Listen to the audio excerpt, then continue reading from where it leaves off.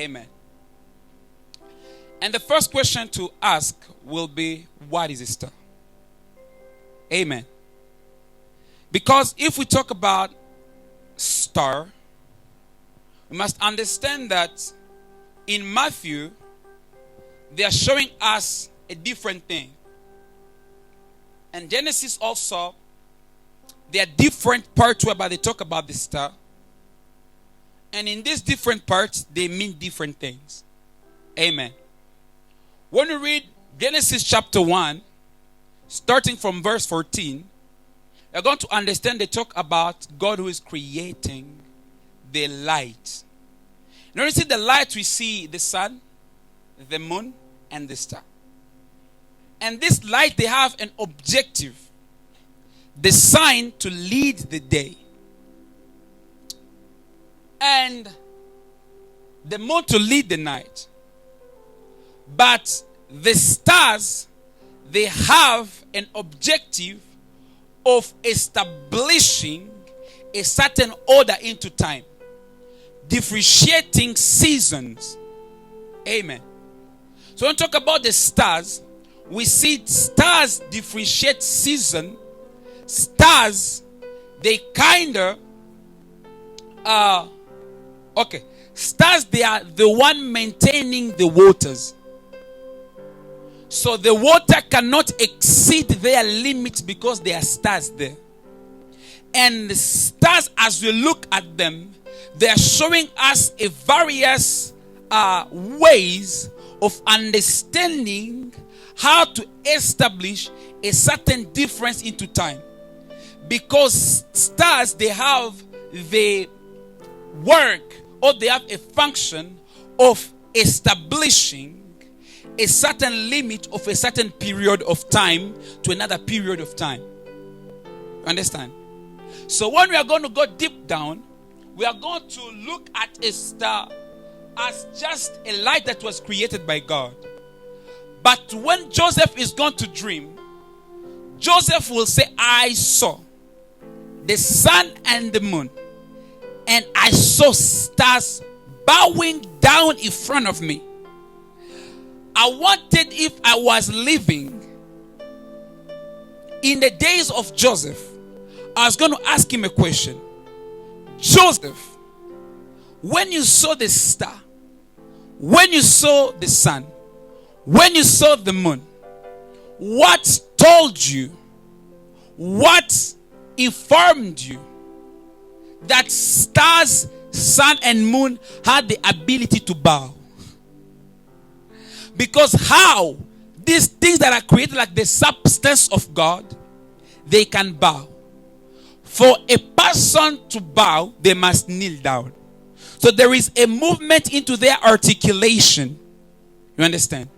Because when I look at my thigh and I look at my leg, there is this middle part which allows me to do this. But for me to bow, I'll not bow while I'm standing. I will bow when I'm kneeling.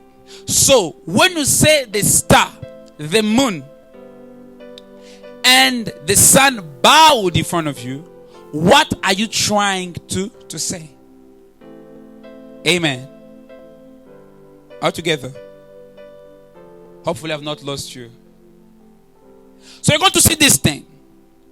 When we are looking at this aspect here, we are going to see that Joseph was among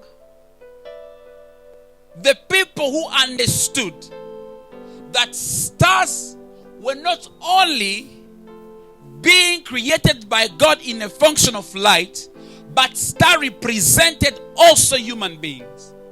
And Joseph was not the first one to receive this thing.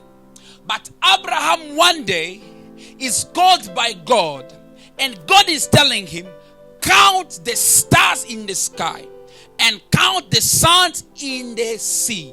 If you can, that will be the number of your descendants. To mean what? It means that Abraham had a certain revelation revealed by God that stars, that suns, it is also a form of human being existing on the earth. But what we must understand, When we talk about a star in a normal language, we talk about a celestial being with a being with a celestial body. A star is different from the angel, but a star can represent an angel. That's why in the book, in the prophetic book, or in the Psalms and other books, they're saying this, the morning stars. They were singing, they were applauding. And here, one thing I want us to understand is this. What is a star? In physics, a star is a massive, luminous sphere of hot plasma held together by its own gravity. Too much English. They say star is like a space whereby you find a powerful heat. You find it is too hot. It is too hot. And as you look at it, you understand that the star, they are suspended in the space with their own gravity. What is gravity? Gravity is that energy that pulls everything down. Is everything okay?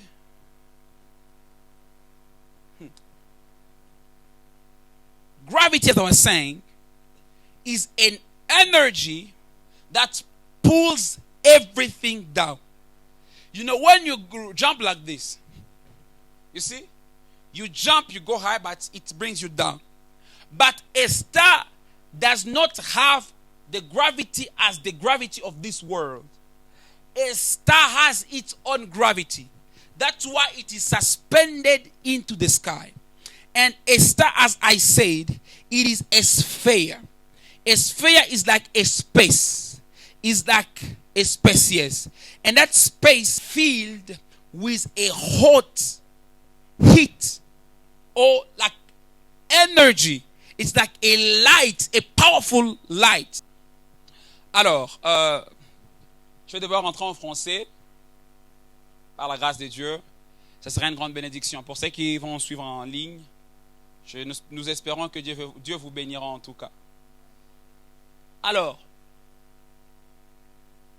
quand nous parlons de l'étoile, on remarque que l'étoile a des fonctions très spécifiques. Parce que Dieu, en créant la terre, il a placé certaines choses sur la terre.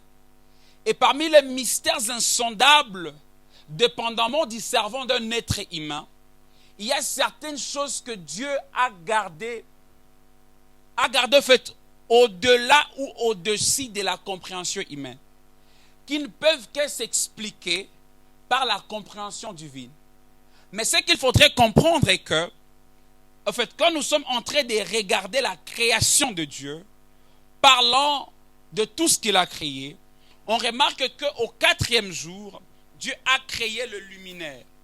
Et quand Dieu crée le luminaire, il a créé le soleil. Il crée la lune et ensuite il crée les étoiles. Le soleil doit présider le jour, la lune doit présider la nuit. Mais quand nous sommes en train de voir, on remarque que tous ces éléments ont une mission particulière. Et la mission particulière de ces éléments se manifeste dans leurs opérations dépendamment de leurs fonctions. Que nous sommes ensemble. Et cela, nous serons en train de remarquer que quand nous voyons le soleil, on voit que le soleil a été créé pour donner la lumière à la terre. Mais il faut comprendre qu'il y a la lumière du soleil qui est énergétique pour l'être humain, surtout pour le bébé. Et dans cette lumière, il y a ce qu'on appelle vitamine D. C'est comme le vitamine des eaux. Vous voyez un peu? Dans la lumière du soleil, il y a l'énergie qui sort Et cette énergie qui sort, à un temps comme ça, cette énergie est capable de guérir les os ou encore d'aider les os du corps à opérer bien. Et puis vous allez remarquer que la lumière du soleil, c'est une lumière qui permet même aux herbes de faire quoi? De germer. Parce que vous allez remarquer, nous parlons de la photosynthèse, on est en train de voir la lumière qui frappe la feuille. Cette lumière-là rentre, voit un peu, ça entre dans la terre et consomme. On voit un peu quand même cette structure-là. Si ça te dérange, tu peux aller là-bas, la lumière. Et vous allez remarquer avec moi que quand on voit aussi la ligne aussi a ses propres bénéfices pour l'humain. Mais quand nous voyons les étoiles, on remarque que les étoiles aussi ont leur fonction. Et la fonction des étoiles définit très bien pourquoi elles ont été créées. Voilà un peu. Et quand nous regardons les étoiles, on voit directement des entités ou encore des créations de Dieu qui ont comme mission ou fonction d'exercer une limite dans la période ou dans un temps. C'est qu'il faut comprendre que quand on parle d'une fin de saison, on remarque que ce qui préside le début et la fin, c'est une étoile. Donc l'étoile est capable de présider une saison et annoncer sa fin. J'aimerais que vous puissiez me suivre très bien. Et comme en physique, on est en train de nous définir l'étoile comme une lumière massive qui habite dans les sphères où il y a l'énergie du plasma. Vous voyez un peu? Et directement, on remarque que cette énergie ici, c'est, bon, je vais expliquer ça bien. Cette énergie émane de cette étoile elle-même. Mais cette étoile est suspendue dans les airs parce que cette étoile a sa propre gravité. Et j'étais en train d'expliquer que la gravité, c'est cette énergie-là de pesanteur qui ramène vers le bas tout ce qui veut sortir sur la terre. C'est ainsi que vous allez remarquer toute chose qui va en haut doit rentrer encore en bas. Vous voyez un peu? Même les engins créés ou fondés ou encore je dirais formés par les humains, ces engins-là ne peuvent demeurer pour toujours dans les airs. C'est que bien même quand ils peuvent y avoir des engins qui sont allés au-delà de la puissance ou l'énergie de la gravité, mais vous verrez qu'ils ne seront pas toujours suspendus dans les airs. Et même quand un être humain essaie de sauter plus haut qu'il peut, il va retrouver l'énergie dans l'espace qui va lui ramener vers le bas. Et c'est ça là, la gravité.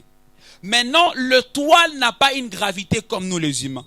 L'étoile a sa propre gravité. Donc l'étoile, elle n'a pas besoin de tomber. Elle n'a pas besoin de, je ne sais pas, d'être ramenée vers le bas. C'est qu'elle sait quand apparaître et quand ne pas apparaître. Vous voyez un peu? C'est pourquoi si vous essayez un peu de regarder dans le nuage pendant la journée, il n'y a pas les étoiles. Mais quand vous reviendrez la nuit, vous allez remarquer qu'il y a tellement d'étoiles. C'est que les étoiles aussi sont, en fait, ils savent ou elles savent quand est-ce qu'apparaître dans les airs. Vous voyez un peu? Et comme j'étais en train d'expliquer, j'avais dit que ces mages avaient la compréhension des étoiles parce qu'ils étaient des astrologues et ils connaissaient l'astronomie. Vous voyez un peu? Alors, l'étoile produit la lumière par, je dirais, comment est-ce qu'on appelle ça? L'étoile produit la lumière par une énergie nucléaire. Vous voyez un peu? C'est comme une fusion d'une énergie nucléaire. Cette lumière-là, c'est cette lumière qui peut sortir ou qui peut venir d'une explosion nucléaire. Vous voyez un peu? Et quand vous allez remarquer, de manière primaire, ça s'est converti, pour que cette lumière, nous puissions le voir comme ça s'est converti en hydrogène, et cet hydrogène devient l'hélium, Et déjà dans l'air-espace, on remarque que ça nous produit l'énergie appelée lumière. C'est que l'hydrogène plus l'hélium produit la lumière de l'étoile. Et pourtant, si ça devait simplement redémarrer comme ça serait simplement une lumière nucléaire sans ce qu'on appelle une certaine spécificité. Vous voyez un peu? Est-ce que je ne vous ai pas perdu? On est ensemble? Ok. Alors, ces gens apprenaient les étoiles. Et quand vous allez remarquer, l'étoile comme un corps céleste. Parce qu'il faut différencier une chose. Il y a le corps céleste terrestre et il y a le corps céleste céleste. Ah, ok. Il y a le ciel de la terre et il y a le ciel de Dieu. Le ciel de la terre, c'est la dimension de nuage. Mais le ciel de Dieu, c'est au-dessus de la terre. C'est pourquoi vous allez remarquer que quand Dieu a divisé l'étendue d'eau, il a appelé le haut le ciel. Et il a appelé ce qui est en bas la mer. Vous voyez un peu? Et c'est de la mer que vient la terre. Maintenant, il y a le ciel terrestre et il y a le ciel céleste. Le ciel terrestre, c'est la dimension élevée, c'est la dimension élevée dans la hauteur de nuages. Je vais expliquer ça d'une façon un peu plus claire. Donc, le ciel terrestre, c'est cette dimension qui est entre la terre et le haut de la terre. Parce qu'il y a plusieurs hauts de la terre. Il y a premièrement la terre, comme la terre.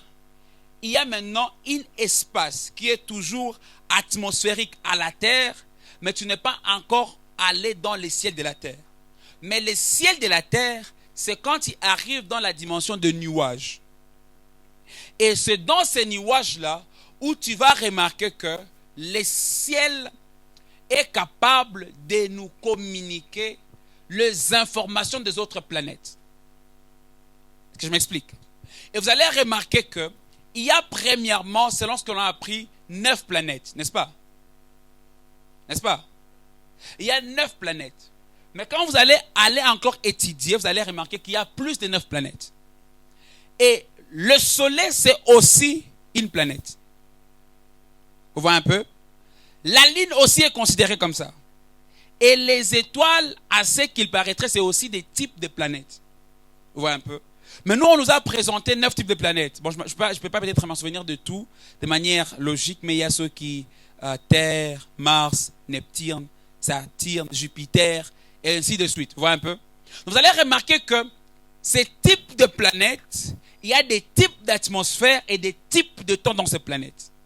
Dans ces types de planètes. Vous voyez un peu? Et c'est alors que vous allez remarquer que dans ces planètes, il y a différents types d'énergie qui communiquent la vie. Parce qu'il faut comprendre que, bien même que nous ne les savons pas, dans ces autres planètes, il y a des êtres qui vivent là-bas.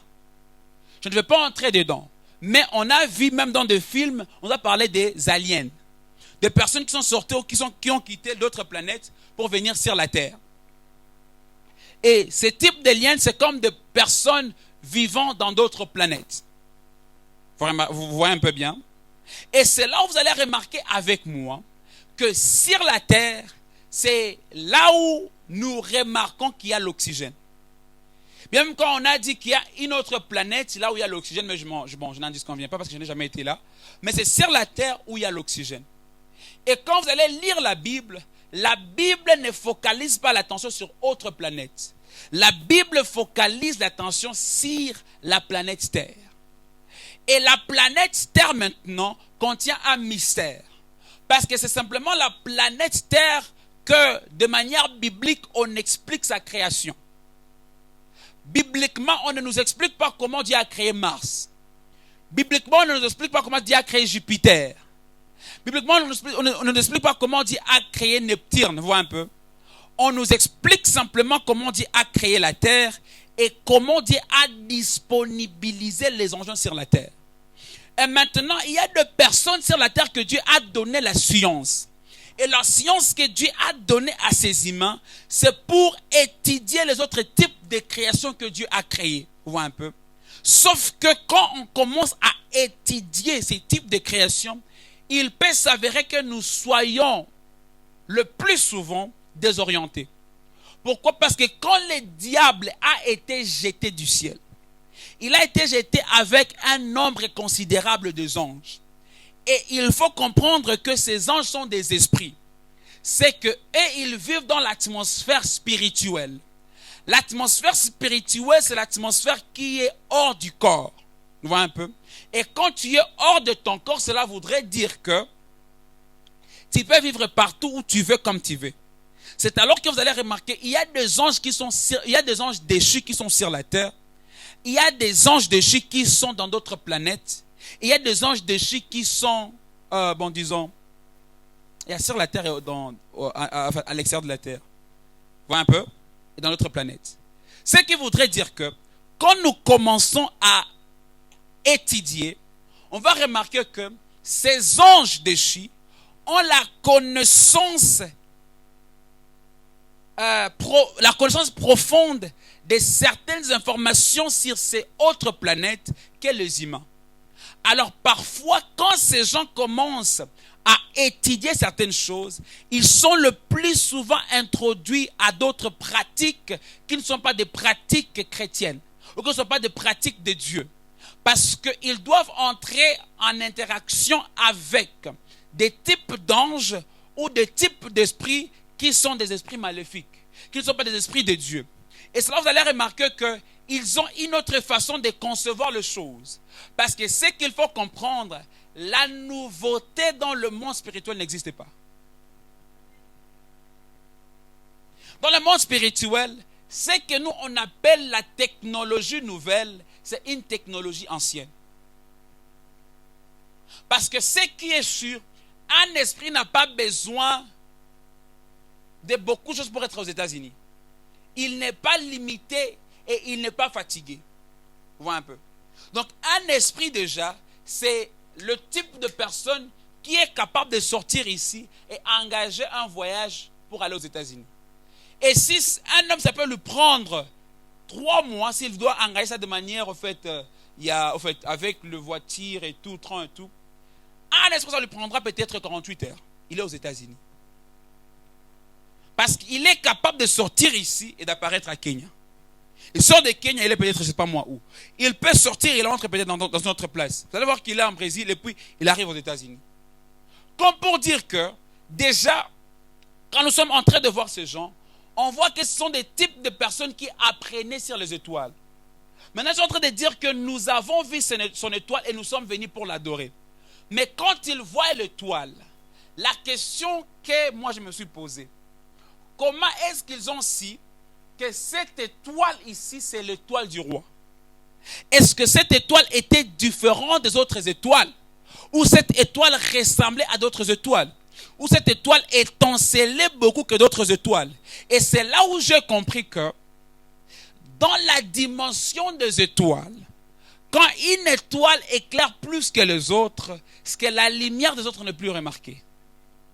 Vous voyez un peu? Donc dans la dimension de lumière, mon téléphone a une torche. Mais si j'allume la torche de mon téléphone maintenant, la lumière qui est enseignée ne permettra pas de voir l'efficacité de la torche de mon téléphone. Mais dans un ténèbre, on verra que mon téléphone est clair. Alors quand Christ apparaît comme l'étoile, est-ce que ils ont simplement vu l'étoile ou ils ont vu quelque chose d'autre qui est au-delà d'une étoile? Et cela, vous allez comprendre que l'étoile, dans un autre langage, s'appelle un corps céleste. Et pourtant, Abraham va voir des étoiles en haut, et, des étoiles comme ses enfants. Et le sable, hein, le sable comme ses autres enfants. Sorry. Donc, ce qui est sûr, vous allez remarquer que quand Abraham voit ces deux types d'entités, on remarque que directement, il y a des personnes qui sont représentées comme des sables. Il y a des personnes qui sont représentées comme des étoiles. Mais quand nous commençons à aller, on remarque que Joseph est en train de voir ses frères comme des étoiles. Vous voyez un peu? Et c'est là où, dans un langage beaucoup plus commun ou commun, on remarque qu'on parle souvent des étoiles, même normalement comme ça. C'est ainsi que vous allez remarquer spirituellement, on va dire, à ton étoile a un problème. On a volé son étoile. Il y a ceci et cela. Et la question que je me suis posée toujours, comment est-ce qu'on peut voler l'étoile de quelqu'un? Et c'est quoi l'étoile quand on parle en termes de personnes? L'étoile, c'est l'aspect céleste de manière terrestre d'une personne. C'est que il y a la personne que nous voyons sur la terre, comme toi, mais ton étoile, c'est l'autre type de toi, mais spirituellement.